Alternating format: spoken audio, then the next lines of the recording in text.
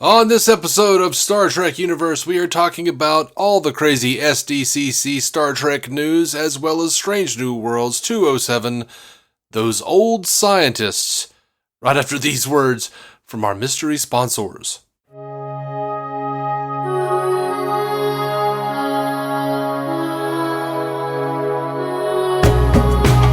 Welcome to Star Trek Universe, the podcast where you get to listen in on two lifelong friends chat about Star Trek in real time.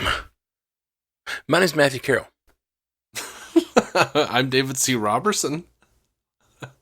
You know, it's visceral. No. It was confusing. Viscerally confusing. So here we got lots of news from San Diego Comic-Con. Is that right? Yeah. I have intentionally stayed pretty dumb about what, because I knew you said there was a big long list, and I was like, all right, well, I'm just going to respond to it live. Okay. Cool. If I'm being honest, it didn't take much work to remain dumb. I know. And like I was sitting there like the whole, like, as the day was unfolding, like just like refreshing on Trek movie, like, what next? Mm-hmm. Well, what we got? Nothing. No, so Prodigy. Let's talk about Prodigy real quick, because I know I was like not as excited about all of the SDCC news because I knew that like, you know, Prodigy has been ousted. Mm-hmm. But at the San Diego Comic-Con, the Paramount Vice President of Star Trek Brand Development, okay, I believe his name is John Van Sitters, said, first and foremost, I don't think we could have a panel celebrating Star Trek animation. By the way, it's the 50th anniversary of Star Trek animation, without addressing kind of the 800-pound rock talk in the room, Star Trek Prodigy. We all know that Prodigy is not currently available on Paramount Plus, but this isn't the end of the story for Prodigy. Season 2 is still in production. The creative team is working hard to finish what is a great storyline, and we're working to find Prodigy a new home. And he said, I personally love Star Trek Prodigy, having known what Hagman's and everyone has been working on for years. This won't be the end of Dal, Gwyn, Rock Talk Zero, and especially not Murph. As you know, he is indestructible. They're still part of Star Trek. They are part of the canon. They always will be. Star Trek and its fans are always full of surprises. This is a universe that is filled with hope and possibility, and the crew members of the Protostar are absolutely perfect examples of that. This will not be the end of that crew, which made me feel good because it made me feel like, you know, the people in charge of Star Trek care about this, and that this was just a Paramount Plus bullshit move. Yeah. That they didn't have control over. That's what it feels like. I know we talked about this a few weeks ago, and I know you said they were not renewing it on that Paramount Plus wasn't renewing it. I don't think I realized they took it off the streaming service. They did. That's terrible. That is so dumb. It pisses me off. And I knew, I knew they weren't renewing it for a new season, but I didn't know that. That's terrible. Ugh. So dumb. This whole streaming, we over on Multiverse News, we call them the merge purges because, yet another merge purge, because these services keep having mergers with other companies, and I guess for whatever reason, there's not enough room for all of the content, and they both start just sloughing off content left and right, and it really, really annoys the crap out of me. I'm like, it's just a money decision, I know, and it's always just a money decision, but it just feels like they're, like, either the deals were structured poorly, because it's like, either something is valuable enough that it's going to get eyeballs and you're going to have to pay out, royalties and such, or it's like not going to be valuable enough. You know what I mean? Like, and people aren't going to watch it anyway. Either way, I just don't see it's not like it costs them a lot of money to keep it on the server or whatever. I don't know. It's some sort of badly structured deals or something. I don't know. I just really think it's all stupid.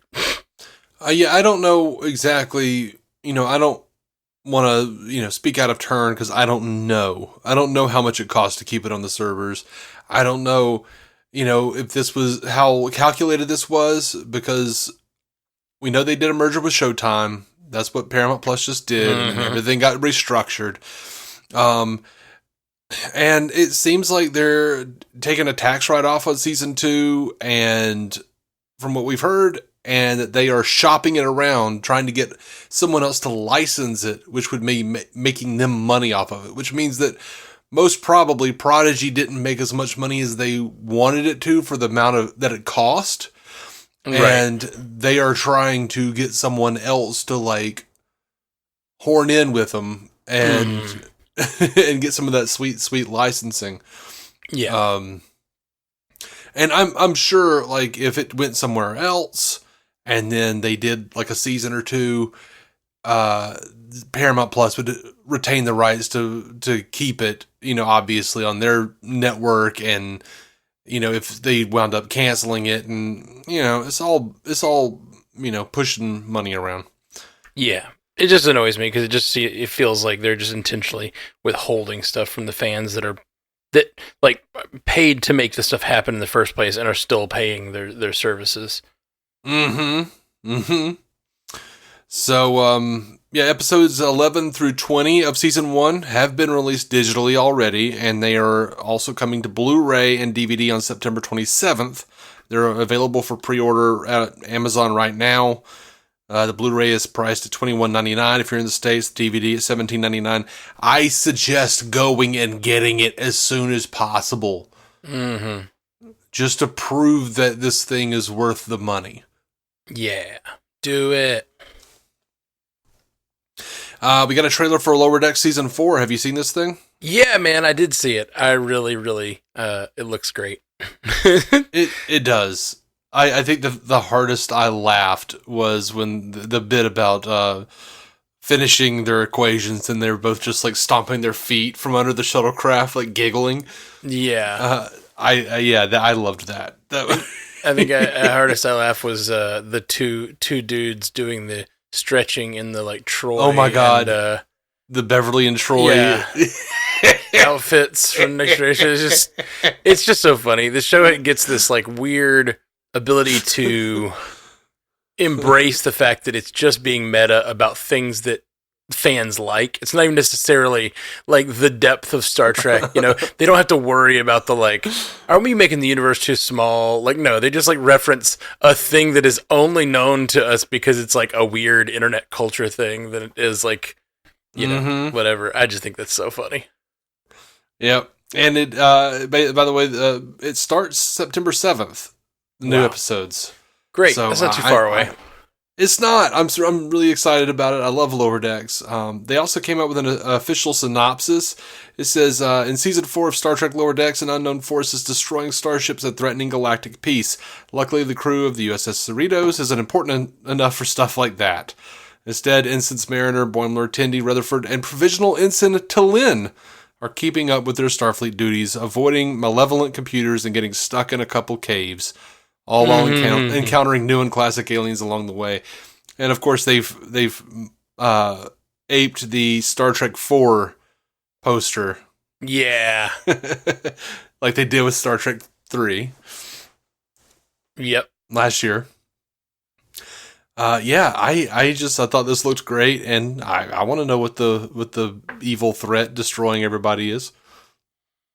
Yeah, and I guess it looked familiar to me, like the spaceship, but I don't know where or like what it kind of looks like, the freaking ship from like Mandalorian, but I know obviously that's not it. It doesn't look that much like that, but like the way it flies, like the shape of it. Yeah, if any show could. Yeah, if any show could bring the Mandalorian into it. They mentioned evil computers in there. Obviously, maybe we'll get Jeffrey Combs back. Oh, I assume. Or Peanut Hamper, or a combination of the two. I'm sure that one too. I love that Mariner brought up the Pike incident that they're not supposed to talk about. Yeah, that's really funny, especially since we literally got it. Basically, that episode dropped the same time that this news was dropping. It's kind of neat. Mm-hmm. And I really hope that we get some sort of like. Basically, I want the people from Temporal Investigations to show up on Lower Decks and be like, I want there to be like issues or something that they have to deal with because of their trip back to those old scientist days. Yeah, that would be really, really interesting. It would at least be a nice nod if they, like, when they get back, they're having to, like, have a meeting with that same lady or something. Mm-hmm. It'd be really cool.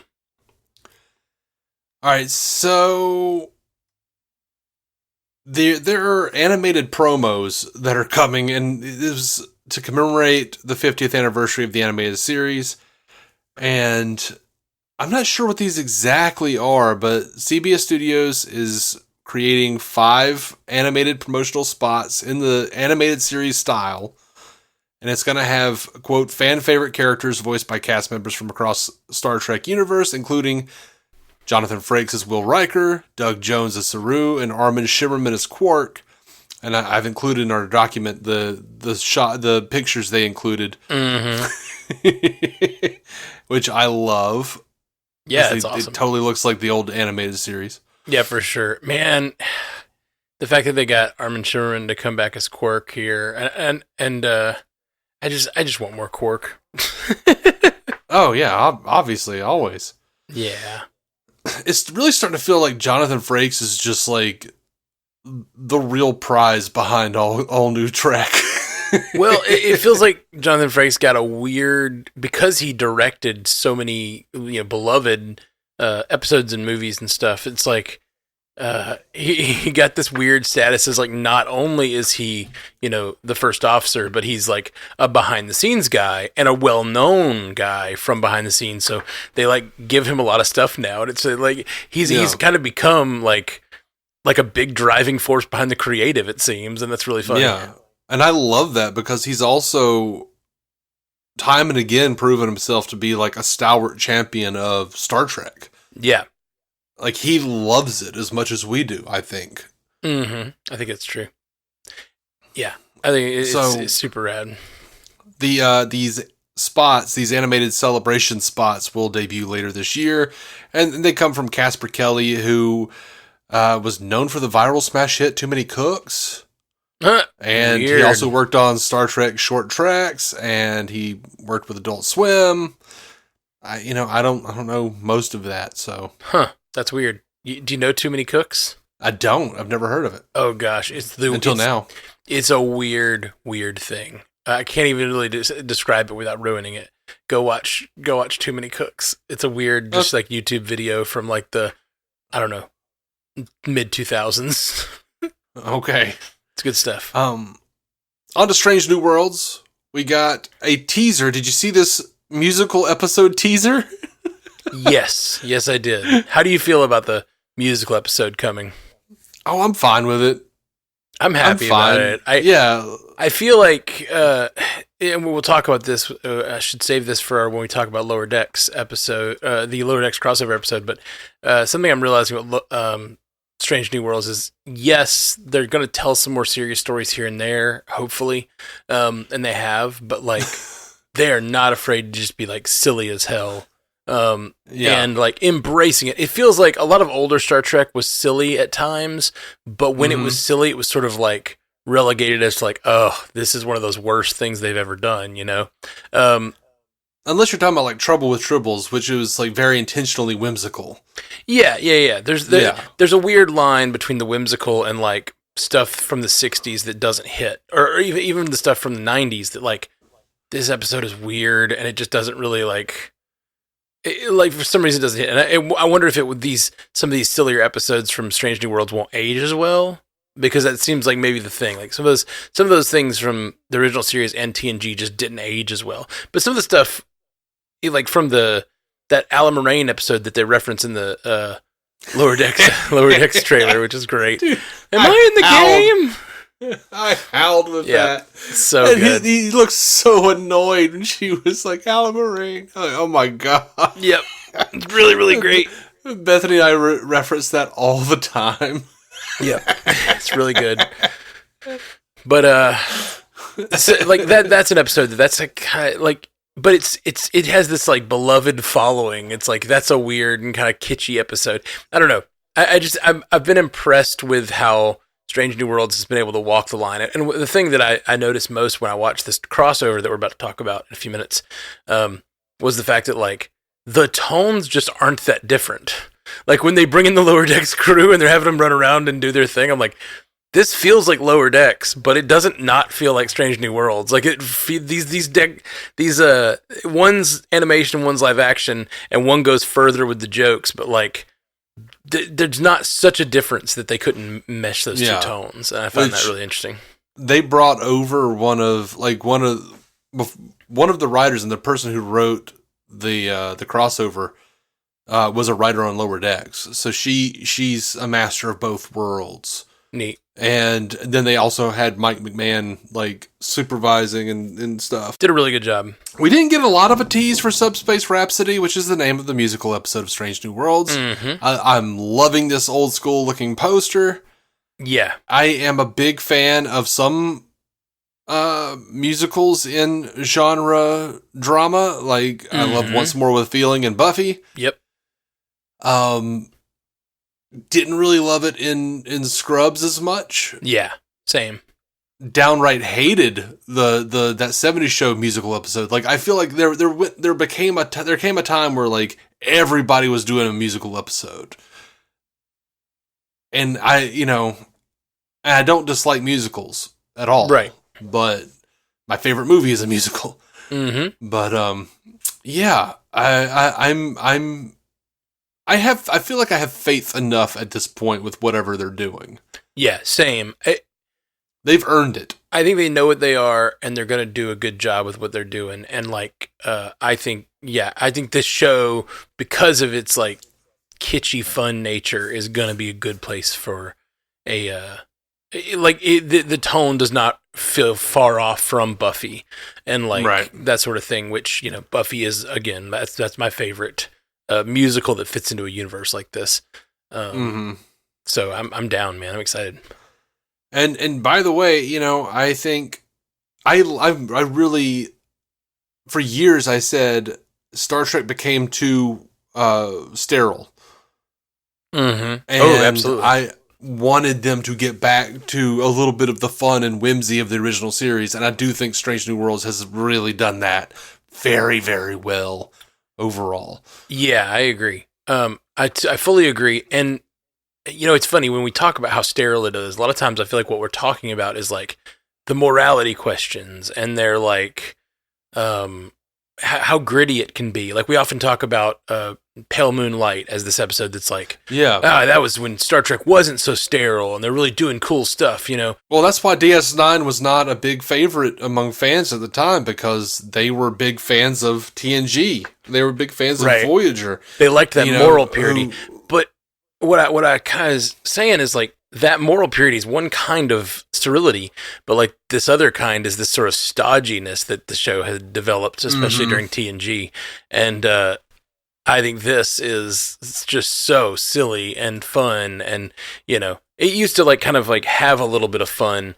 TNG has fun episodes for sure, but a lot of times it seems like it's sort of relegated to a couple of characters. Like, oh, look, Data's a silly robot, stuff like that. There's those moments, but like Worf's silly for this reason, whatever. But the entire show being like just having a sense of humor is something I feel like we haven't had in a while, and I love it. Well, I think a lot of that was because of Roddenberry's around TNG's era. He decided like there's not going to be any conflict between Federation or Starfleet crew members, and then they just like didn't know how to quite honor Gene after he died, other than just keep hashing that. Well, yeah, but that's what I'm saying, though. That's kind of what we always talk about, is this idea that, like, no conflict, the morality thing, like, all that stuff. But the fact that it's just letting it be silly is, like, a different way that I didn't know I was hungry for. And I think I'm... Yeah. And it's a thing that my brain bristles at a little bit, as we talked about a few episodes ago with Spock being human. Like, that episode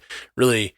I was like, do I like this? I don't know. Like, it's so silly. Like, I kept questioning it. Like, my brain was having a really hard time enjoying it, and I'm just trying to let that go and like enjoy myself. And yeah. So if you're interested, Subspace Rhapsody, the soundtrack, is available on all digital music streaming platforms. Ugh. And it's 10 original songs plus a Subspace Rhapsody version of the series' main title, which sounds fun.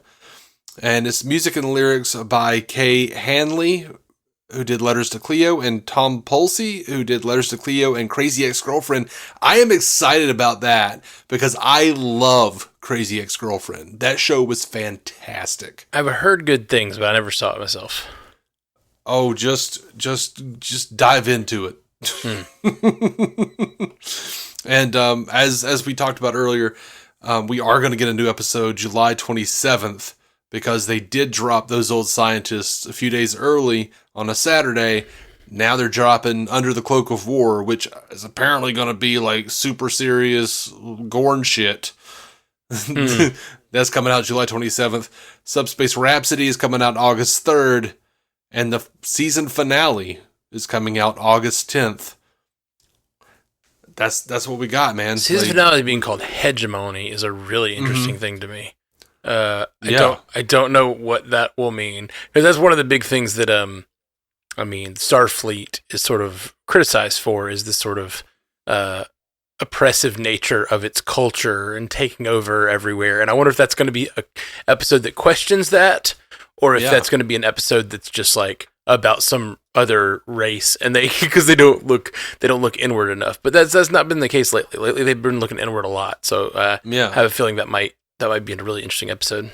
Yeah, I do wonder if that's how they're going to resolve this Gorn conflict, if they realize they're actually the bad guys. Yeah.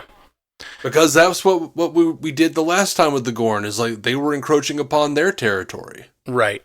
Yeah.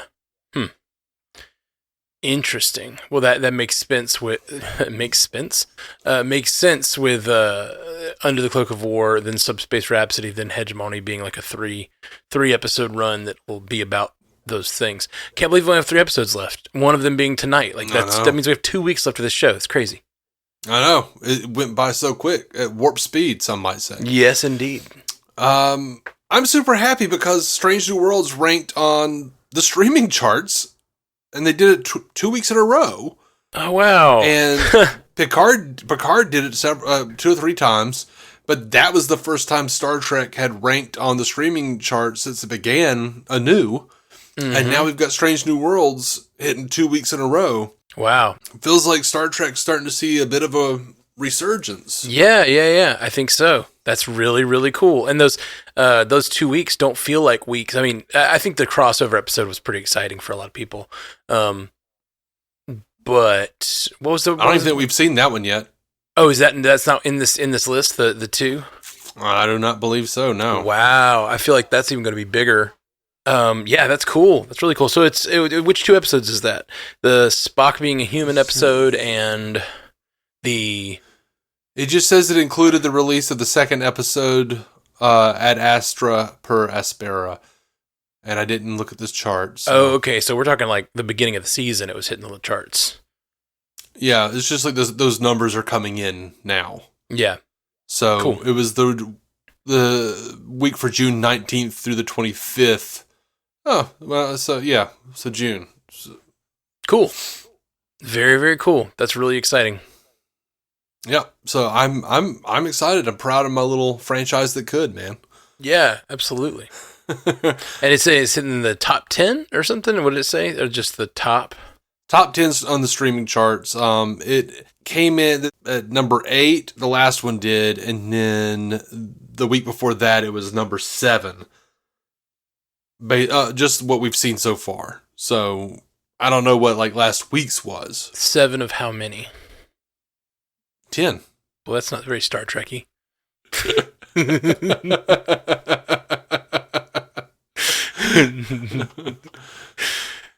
All right. What else we got? I probably should have put this in the lower deck section, but they are doing, they're going to do theatrical screenings for Lower Decks. And I don't know which episodes, but John Van Sitters said that we're very excited about the opportunity to put Lower Decks up on the big screen for fans to experience as cartoons are meant to be, on a 70-foot screen, luminescent. It's going to be great. So they're planning that, and they're going to have more details on Star Trek Day. That's September 8th. Dude, I will absolutely drive for that. I think there was a card episode we talked about driving to go see on the big screen, and it was in Atlanta. This I would drive for because, like, seeing getting to laugh along with a bunch of Star Trek fans sounds really fun. It does sound fun. I'm not sure I'll be able to do it, but we'll see when the time comes. Well, keep me abreast of the situation. I'm 100% into driving for that. And me and you, okay. I like just riding around with you and chatting. So, like, me and you could have a... Yeah. We could record, like, 7 episodes of this podcast on the way. Just our poor listeners. Just like just record a 7-hour drive. Like... Sorry. No, we should. I'm down. And like make ourselves only talk about Star Trek the entire time. We can't diverge. Like we don't even make it through an entire episode of this without talking about like whatever Marvel or Buffy or DC. For like 7 hours, nothing but Star Trek. Here we go. There's like our throats are like shredded and bleeding. We'll get somebody else to drive. We'll do like commentary tracks. Oh God! In the back this seat. Is sounding worse and worse to me. Yeah, it sounds terrible. I like it. Yeah. Did you watch the season 5 Discovery sneak peek clip? Well, I just did, and woof, man. It's very, very action oriented. I feel like I was watching Iron Man. I know, man. Maybe I'll understand more of the context once we get there of what's going on. It felt very much like that, like just action heavy Marvel-y tone, like the quippy jokes she's making and stuff. Like I have a saxophone lesson and stuff like that. Like this is not how I expected my day to go. Like it feels a little like they're like a very drastic shift in tone for the show, I feel like. See, I didn't feel like it was a drastic shift in tone at all. Like, it felt to me like that's Discovery. Like, they're all, like, Michael's always doing stuff like this. And it's one of the things I like about Discovery in a lot of ways, because I don't feel like any other show really does it to that extreme. Oh, for sure. Well, I hear you, but I don't think this show's ever done it to this extreme. I can't think of another, like... This is like a straight up superhero shit, when she's like, I know in like the very first episode she flies in one of those things, but it was just so acrobatic and like, it just felt like to another level to me, from what we've seen in the past. I'm not saying it doesn't have these moments, but like, yeah, this feels like they're really taking a swing with this, releasing this clip to be like, yeah, come back. This is going to be a really crazy, fun, and wild action series. Yeah, now, I don't have the episodes memorized because it's a newer show. But, I mean, I know there were several episodes, at least, where she and, like, Michelle Yeoh, I can't remember her name for some reason, would, like, get into those, like, those space suits and fly around debris and all sorts of crazy shit. Yeah. I know there's been a lot of stuff with, like, Book running around with his ship, and... There's definitely moments like that. Yeah. The outside the ship stuff has been very minimal. And this, like, she was, like, riding the back of a ship. That just is, like, while I was at Warp. I don't know that we've ever seen that to that extreme. I'm not saying there's not a lot of action in the show, because there is, but it's not nearly as actiony as this... preview would make me believe. If I'd never seen the show before, I'd be like, what is this? This is crazy. It's really wild. A wild preview or whatever. And it's funny because like this clip came out and like, you know, all the usual suspects were complaining about Michael Burnham being a superhero and like how unrealistic it is. She's riding a ship at Warp. But that's what the warp bubble is for, because the warp bubble is traveling. The ship is in stable space time. Like she's got the gravity boots on. She's inside of the warp bubble. Yeah, she's gonna be fine. Yeah, I don't have a problem with it. It's just especially when it starts and she's like dodging debris and swinging in there. It's very, very superhero-esque. I'm not even complaining about it. I'm just saying it doesn't feel. It feels like a shift to me. Not that they've never tried for an actiony tone before. They definitely have, but this feels like a bigger swing. Yeah, it might be. They might be, going big before they go home. Yeah, I think that's probably true. I love that Kovic is there. I love Cronenberg as Kovic. I want more of his story. Damn it, please. Mm-hmm. They did release an official description for the season. The fifth and final season will find Captain Burnham and the crew of the Discovery uncovering a mystery that will send them on an epic adventure across the galaxy to find an ancient power whose very existence has been deliberately hidden for centuries.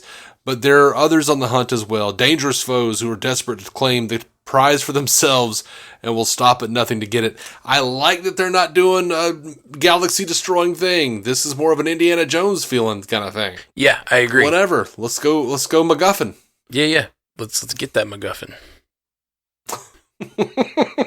It sounded dirty when you said it. What? Yeah. I can't help you think I'm sexy, Dave. No. That's not what that is. Feels like it is. Okay, and last we got some stuff from about Starfleet Academy. Yeah. You recall that show was a thing, and Tawny Newsome is in the writer's room on that one. Oh, interesting. She is a writer. We announced that forever ago. She was on the Ready Room, and she said, well, first of all credit and thanks goes to my friend and boss, Alex Kurtzman. Because of this crossover, he called, with Strange New Worlds, he called me on the phone after he saw a rough cut, and he said, I can tell you're a writer, send me everything you've written. Because he watched all of our ad-libs and stuff, and he was like, just send me everything you've written. He really invited me in a way that said, I see you because I saw you do this complex thing, which was a mixture of writing and on camera and stuff. And he went, and I bet there's more in there. And I was so grateful because half the time in this business, you're just trying to get people to see you. So he really invited me in a way that very few executives have in my life. So I'm so eternally grateful. And that makes me more excited for Starfleet Academy than I ever have been, just hearing how that came about and also being reminded that Tawny Newsome is in the writer's room. Yeah, for this show. Cool. That's super cool and really amazing that he saw her and wanted to bring her in like that. I really think that's awesome. Yeah. All right. Well, we can get into our review of those old scientists if you like. Sure. 'Cause that's it. That's it. I mean, I said earlier I shouldn't talk about this yet because I feel like I didn't do a good job. I normally either take notes or watch it twice, or at least watch it right before we record. And this one I watched right when it came out, and it's been a busy week, and I just haven't had time to watch it a second time or take notes on it. So I don't have a ton to say except what I said earlier, which is I was really impressed with the merging of tones of these two shows, and there's a really well done, version of this of the time travel story and a version of combining these crews. I really liked it a lot. I did too. Yeah. And there's tons of great lines in there. It's just funny from beginning to end. But then also it had a great moment in the elevator with Chapel and really putting extra weight on the Chapel and Spock story that we didn't get a lot of Spock and Chapel in this episode, but it was just enough to be ooh, that that was needed. It was great. Yeah, I loved how freaked out Boimler was by every time Spock smiled or laughed. Yes. Oh my gosh, it was so funny. There's one of them where it really zooms in on him and gives him really highlights him smiling, and it was just the dramatic music as it zooms in on his teeth. It's so funny. Boimler being so freaked out. It's great. Yeah. But I do, like you said, I love the way his knowledge of the future kind of put this taint on their relationship. Mm-hmm. For such a silly episode, for it to have such a profound, I can't imagine that's not going to have a profound effect. I know. On them. And I have a feeling that even if Chapel gets a song in Rhapsody, she's going to sing about the fact that she knows that she can't be with him forever. This is a great, it's heavy as, Pike knowing that or it's the same kind of heaviness that Pike knows he's going to die, or he's going to get disfigured, and he knows that's his future. And so now he has to live his life according to that. Their relationship now has that same sort of funeral dirge component to it. I don't know. It does, yeah. And, the whole time we've been watching Strange New Worlds, I would just keep saying, like, I love Jenna Bush as Nurse Chapel. I love her. I cannot see how she becomes the Nurse Chapel of the original series.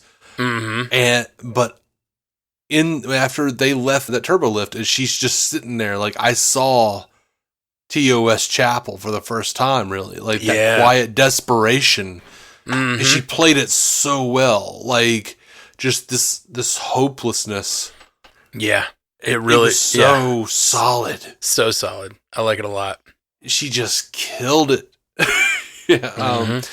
And, there's so much to be said about how funny this episode was, but, like, the way they talked to Pike and were like, dude, like, there are people who are going to wish they could talk to you when you're gone.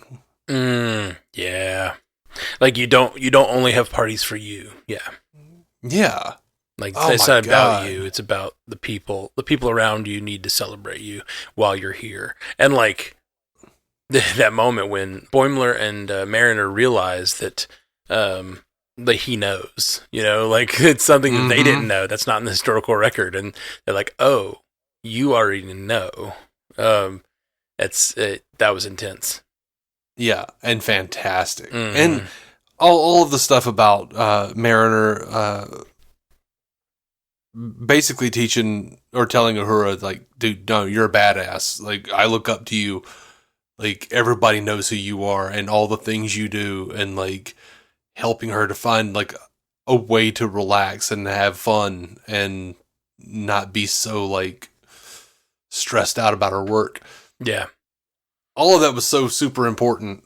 Mm-hmm. I mean, TOS Uhura is, she's singing as Spock is playing his little, like, Vulcan harp shit. Like, she knows how to relax and have fun, so it's nice to see, like, Lower Decks being able to influence these characters in certain ways and push them in ways that we know they are supposed to be or will eventually be. Yeah, and it's like they know they're supposed to be that way too, because they know them kind of the way we know them. Like, they're fanboys of these characters like we're fanboys of these characters. And it's just really, really great.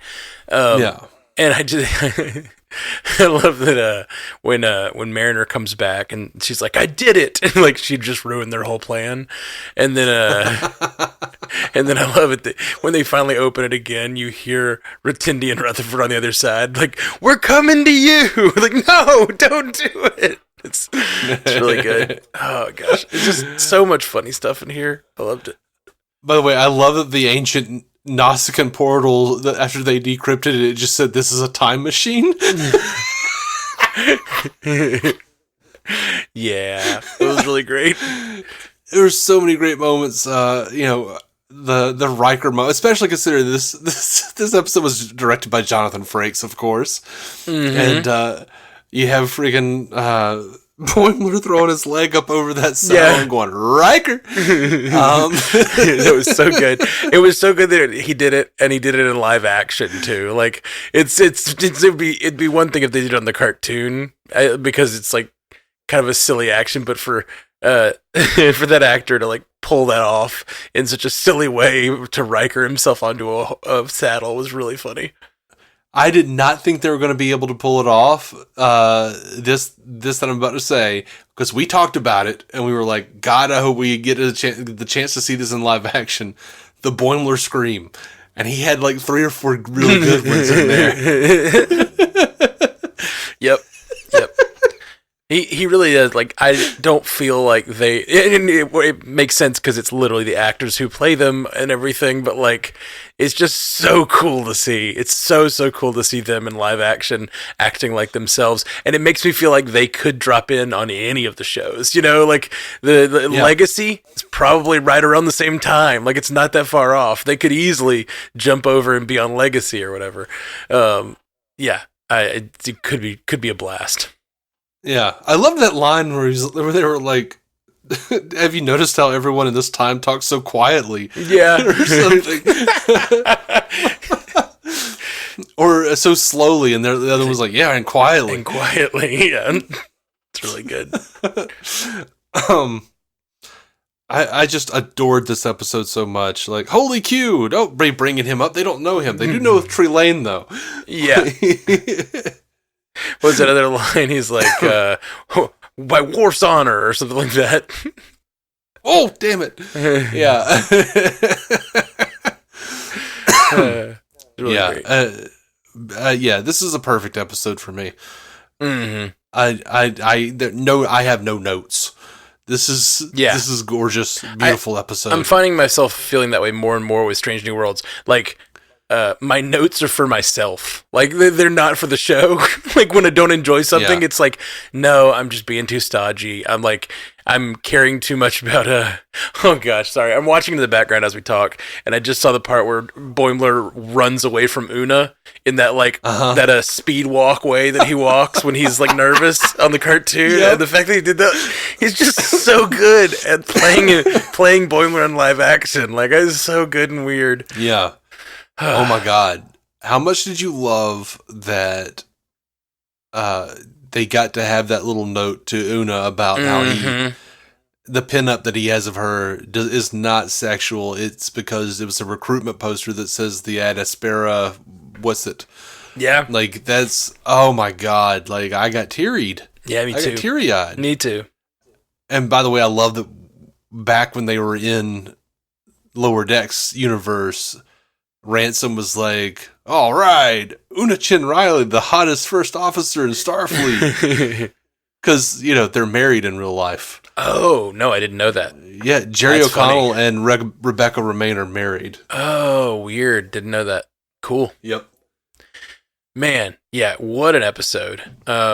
Really, like you said, no notes, just great. And I don't even know, like, I really need to watch it a few more times, and I'm sure I'll have more things to say about it as the time moves on, because it's just so good. And it wasn't just fluff or just emotional beats, because, like, it also had, like, a really nice message where, Boimler gets to paradoxically, on purpose, change time by being like, hey, guys, in our time, it's really not cool to, like, just assume all Orions are pirates. Yeah. And because of all of that, Pike winds up, like, turning a coin for this guy, like, for this Orion guy who's like, really? There, at some point, we don't have to be pirates? That's all I've ever wanted. The Orion stuff in this episode is so good. I kind of wish Tendi could have been there. Oh, I know. Yeah. Oh, I know. No, like, even just for a second at the end, like, if she'd gotten to come through the portal and meet her ancestor and, like, sort of them see her in a Starfleet uniform, would have been really cool. Or even just see her in cartoon form through the portal in a uniform.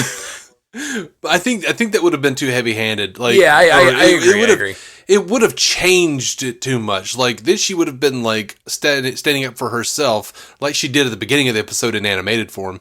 But, like, I wouldn't want her interacting with the people from Strange New Worlds, because I think it was important to have Mariner and Boimler, standing up for those people, being proper allies. Yeah. You know what absolutely, I mean? Absolutely.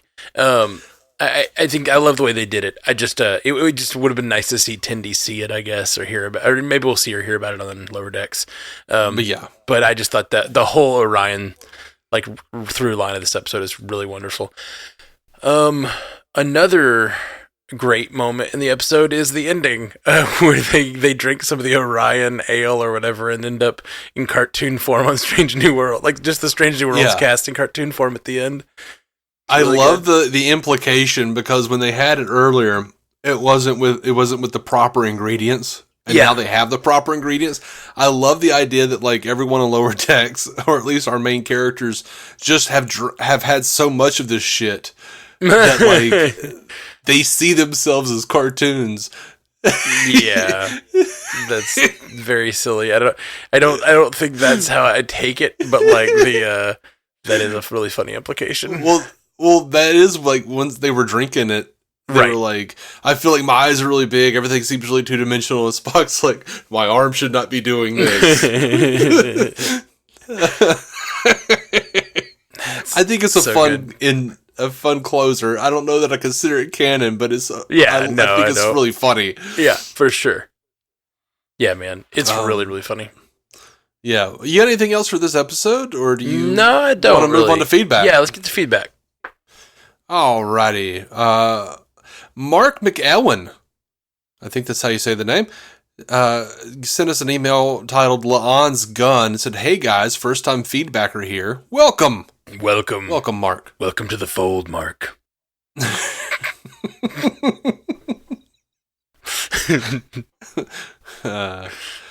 Been listening for what feels like at least a year.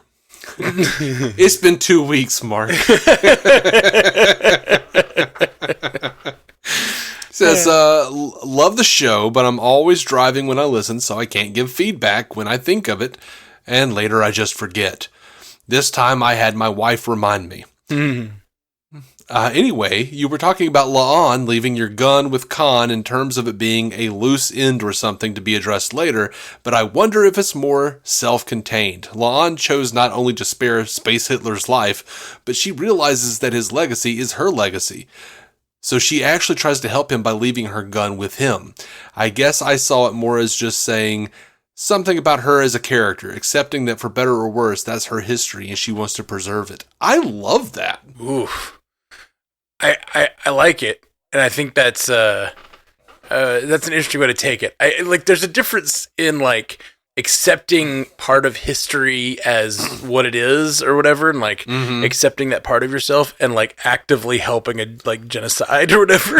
I don't know. There's just there's a thing there. Well, she wouldn't be actively helping a genocide necessarily. It's just helping him survive what's about to happen. Right. Yeah. I took it more as an accident, but that is interesting and may lead to more. Yeah, it could be both. I dig it. Yeah, I did dig the idea, Mark. Yeah, I love that. He says, anyway, I imagine I'll be proven wrong somehow by the time you read this. Nope, not yet.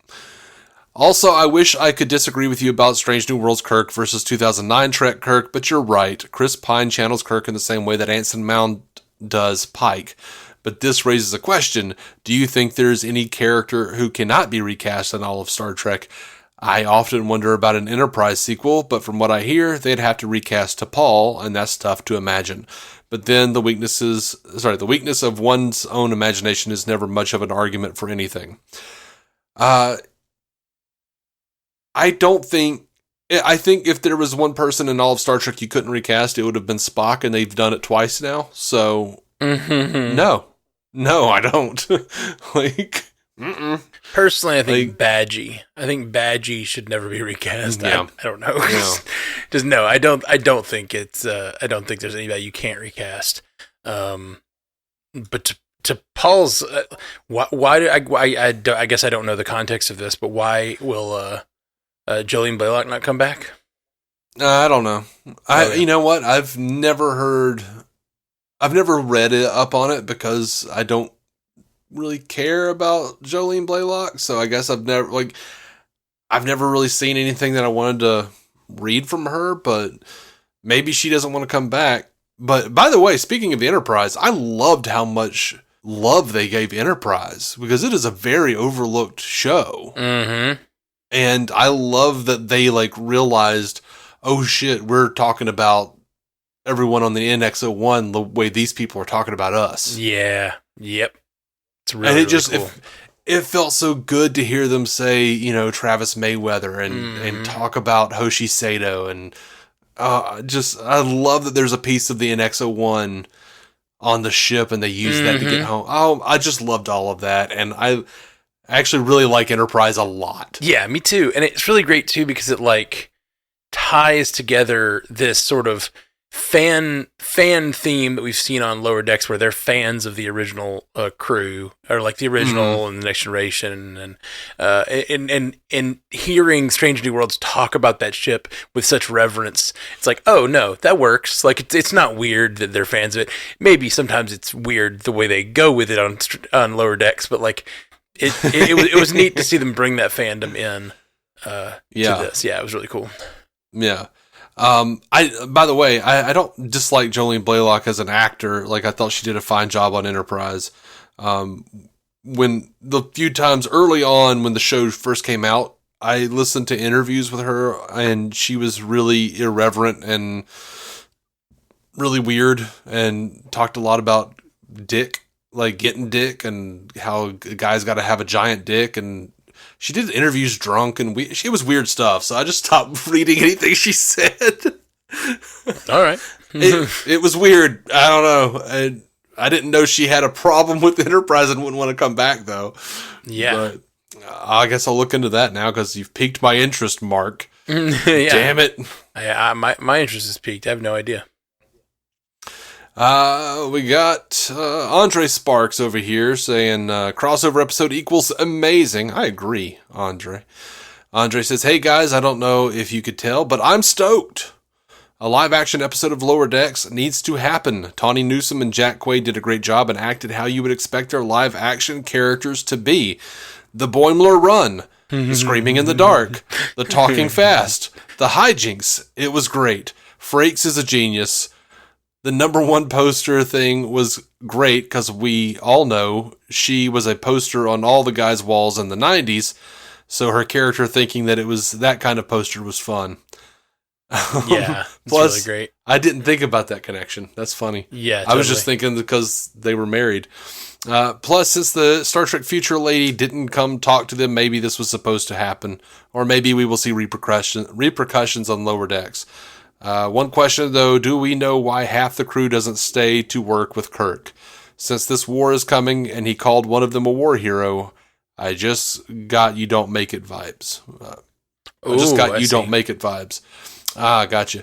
Live long and prosper, Mr. Boimler. Guys, this was the best episode.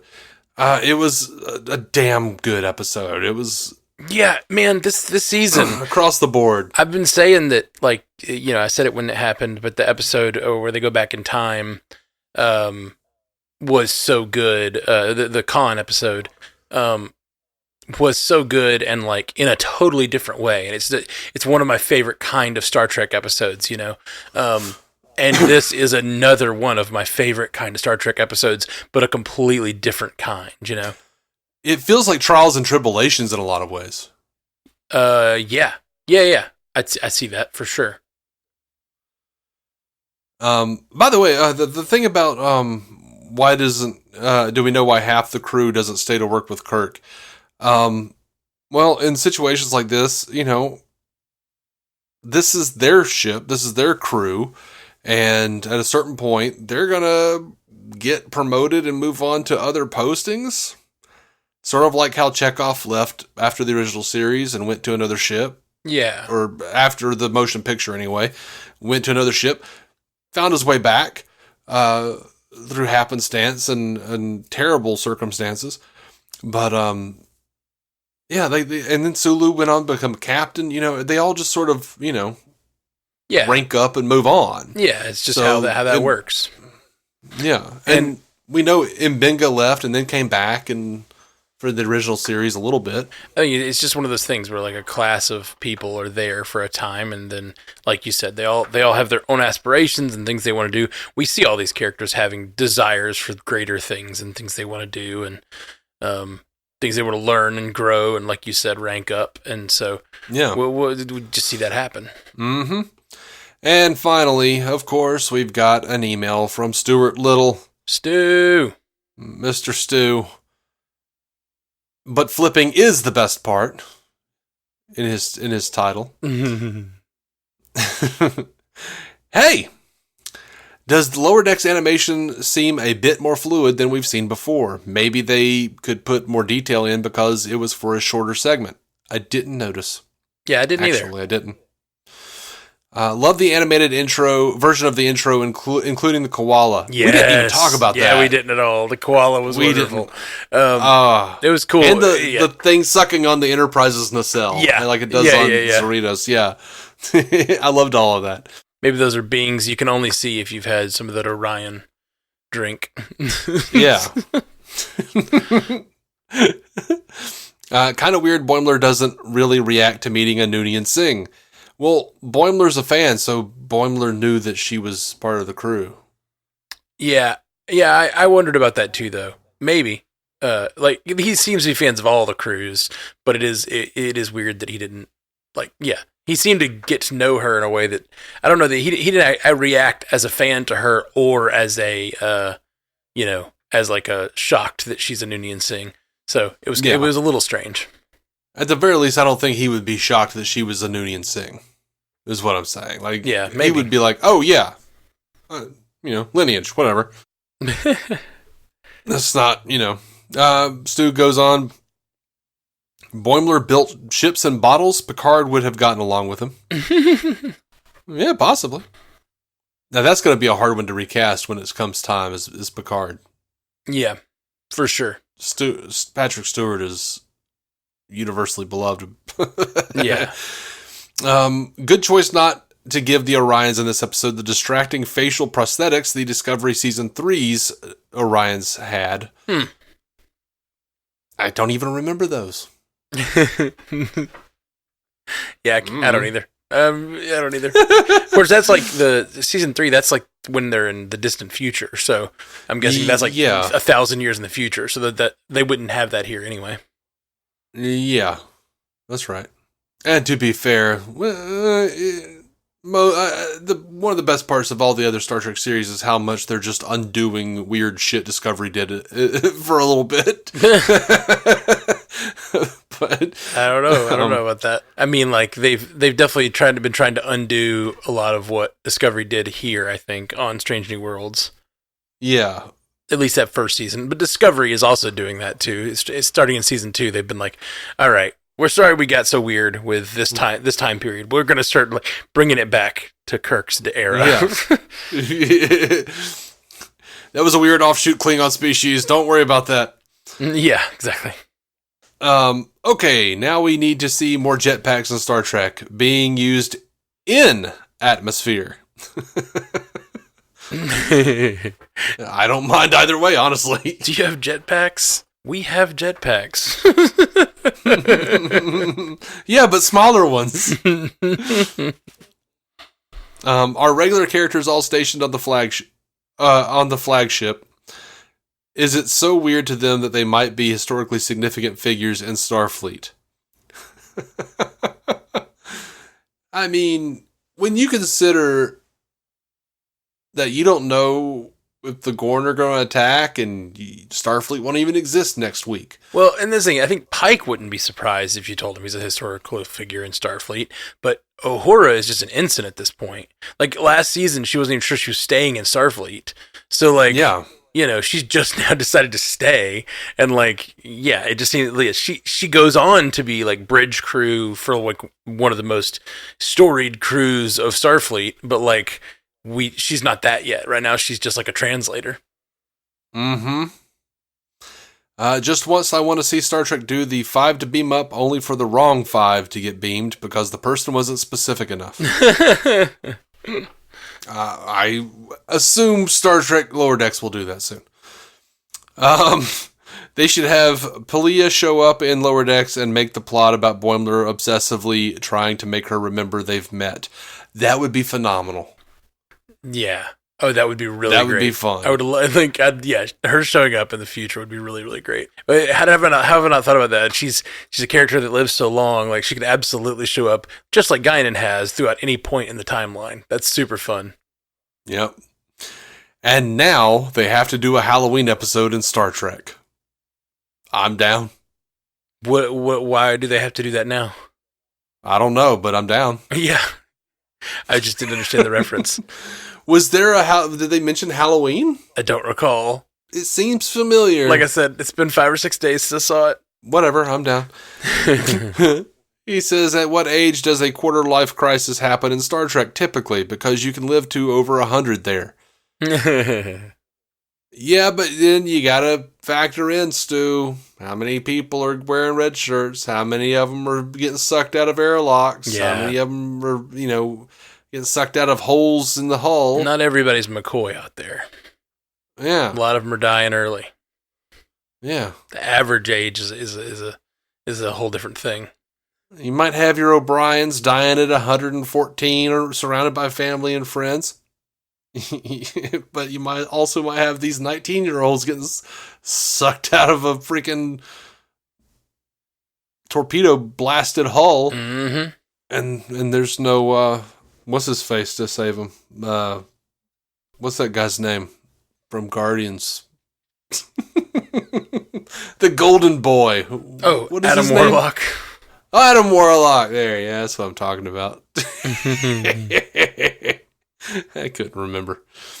Will Poulter. That's what I was thinking, though. I was trying to get to hit that name. Kind of expected Noel Wells to cameo as Tendy's ancestor. Dude, I wondered. Yeah. I don't understand why they didn't bring her into. She could totally play Tendy. Oh yeah. Yeah, actually Rutherford too. Yeah. Yeah, you've said that before. He looks like Rutherford. I don't know everybody's I'm like literally like actively looking them up cuz I don't know everybody's what they look like in real life. Yeah, Noel Wells and the guy who plays Rutherford, they look like their characters. That's cool. Hopefully we will get more of this.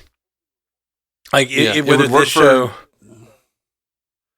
It would work for Dawn Wells for the captain of the Cerritos. Shax is the only one I can think of offhand that just would not work. Mm. Oh yeah, Rutherford could totally pull it off. I mean, I don't know if he acts like that, but yeah, it could totally pull off the look. Stu says, glad they did the animated epilogue scene with our regulars. Notice they were talking faster and louder too as a result. It's that Orion shit, man. Yep, gotta watch really out. Fun episode. Maybe we could do this again, but in reverse with a Strange New World character jumping to the future in Lower Decks. I'm down. I want to see all of it. They could do anything in Lower Decks. Yeah. Because they could just be like, pull up holodeck bullety bloop, and we're going to see Pike come in there. Oh, for sure. Yeah. They could definitely do that. But they can also put, I'd like to see more of live action Boimler and Mariner, and I'd like to see Tendy and Rutherford as well. Like, I really think they should do like a full live action episode, but that'd be so expensive. I understand why they probably can't, but like, man, it would be cool. By the way, and this is like one of my favorite things that I had to rewind a couple of times. When they're talking to Pike about, like, wait, does he know? And she, like, freaking Mariner does her hands, like, in the box around her body and then goes, like this, like, with her hand over her face, like, where the scar would be on Pike. Oh, man. It's terrible. It's so terrible. And it was real subtle, but she definitely did it. She's like it was so funny. It was so funny. Yep, that's pretty great. And they're just cutting back to Pike going, yeah, I know. Oh, God. Yeah, I can't wait to watch it again. Like, I might just stop doing this show and go and watch it. Yeah, go watch it. Me too. I just might do that as well, because I really, I loved it. Cool, man. Well, anything else about this episode before we get off of here? I'm sure I've got like 100 things about this episode that I could bring up, but at this point, I think I'm going to call it. I think I'm good here. Yeah. For now. Yeah, cool. Well, we got another episode coming out tonight, so we'll try to get this episode up and posted, and then maybe we'll have more to say tomorrow about this stuff, because there's a lot of Star Trek dropping this week. Well, guys, Thanks so much for joining us. We'll be back soon. Jolan True. Live long and prosper, y'all. Commence the jiggling. Live long and prosper. Live long and prospector.